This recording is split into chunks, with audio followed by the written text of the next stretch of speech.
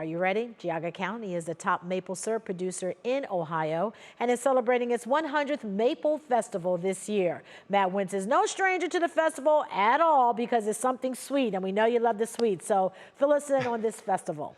Yeah, I do love the Sweet City. That's right. You know, I was the Grand Marshal of the parade just a couple years ago. It was one of Geauga County's favorite events, and it happens coming up next weekend in Chardon Square. It's the Maple Festival, and obviously Geauga County, the heart of the Maple Festival. We've got one of the festival's directors. We've got Mark Burr with us this morning.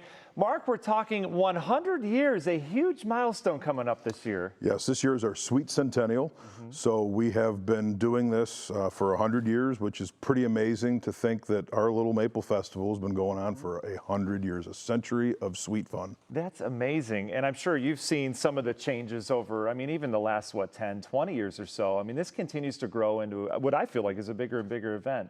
It does. Every year we try to add some new stuff. We try to keep the things that work really well and try to augment and add some things that are new that maybe replace something that maybe was becoming outdated or just wasn't the crowd draw that it used to be. Right. Well, huge crowd draw. Again, when I Grand Marshaled a couple years ago, it was one of the it was the hottest one. It was like 92 degrees. Yes. Which isn't going to happen this year. That's the good news. It's going to be a little bit cooler next weekend. But cool, but hopefully sunny every day. Right. You know, I'm hoping you're putting in a little extra weather help for us. We sent the email out to Mother Nature already. We'll see if she replies all or not. But either way, so you've seen obviously this change. What are some of the changes they can expect this year, and what's staying the same that people can expect when they come on out? So a good portion of the festival is staying the same. We did, being that it's our sweet centennial, we have looked back at some older festivals, at some of the events that they had or some of the contests.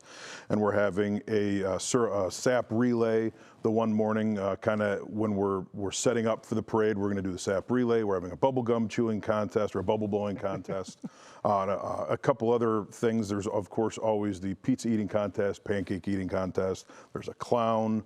Actually, clowns there a couple times. There's entertainment, bands, DJs, all kinds of stuff on the main stage. So there's really something for everything. And of course, there's food, lots and lots of food. And lots of maple syrup and maple syrup you got gifts and stuff like that. Yeah, for sure. You mentioned clowns. We've got a lot working here at the station, so I'm sure we can always come out. I'm one of them. It's okay. We'll keep that in mind. Right, we'll if you need any help. Yes, yeah, for sure. If we get one call in sick, I know who to call. That's right. Dave Chudowski is our lead.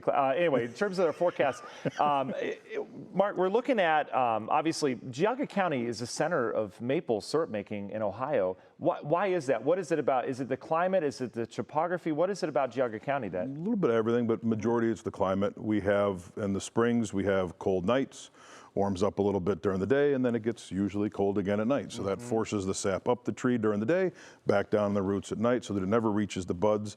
As soon as the trees start to bud, the sap goes bad, and then we can't use it.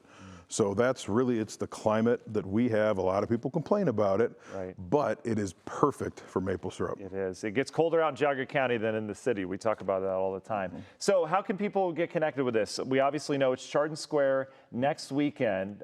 Do people show up? Do they need tickets? And how about rides? I know a lot of kids want to ride the rides. Oh yes, there are lots of rides. So the rides, there are tickets you have to purchase for the rides, but the Maple Festival itself is free. You just come. There are various parking lots around the city that you can park at. Some of them cost money, some don't, so get there early to find the best parking.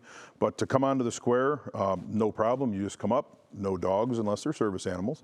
The kids can go on any of the rides. There's obviously, as we said, plenty of food. The Maple Festival Grand Parade is each day, Saturday and Sunday at 3 o'clock, so that's a lot of fun to come and watch.